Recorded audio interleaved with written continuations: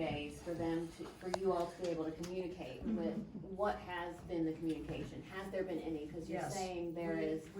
I know you all have, but. So the day or two after the meeting, we sent an email to Robert Campbell, who. Correct. They weren't represented by an attorney at that time. We suggested that we already proposed a compromise of 145 units, which is about 2.5 acres. That was based on, our understanding of the character of the community. We also proposed that out of the box type idea of moving the ball field up here. Robert said that was an interesting concept and that he would get back to me. I followed up with Robert a couple times and didn't hear back from him. The next email I got was I had been retained by Thunder Mountain Properties. Taylor, who was here earlier, if he's not still here, emailed me that he'd been retained. And I emailed Taylor a couple more times. And finally he emailed me back that to propose a time to meet. That was during the day, and most of the folks that want to meet with the developer work, we proposed next Thursday at 6. Taylor's not available for that. They're going to meet without their attorney, so we're trying to get a meeting time. We're anxious to get to a compromise. We want to get to a compromise. We're flexible inside of just don't, do 10 times the density.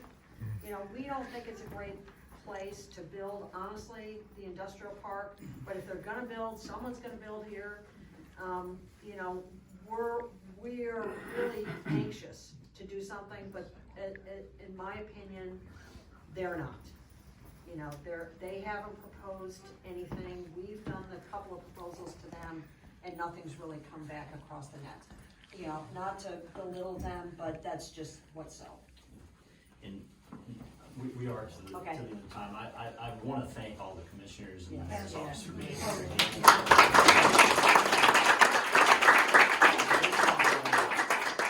This is a unique situation, and you guys should be happy that they obtained.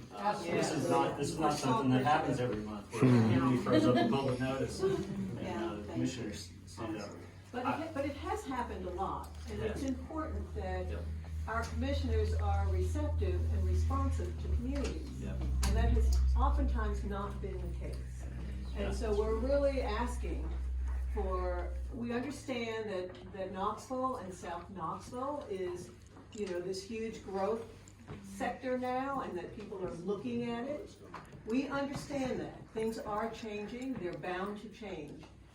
But I've been involved in several projects here in South Knoxville, and we ask for reasonable development, not something crazy like what's proposed here and has been proposed elsewhere. It's really important that commissioners uphold the zoning ordinances as they are until they're changed, and not just run in and override sector plans and override hillside protection and override everything and just approve projects on behalf of developers. Communities are asking for compromise. Let's work together and compromise. Sure. We want to run for commissioners. Brad wants to run, I'm gonna run.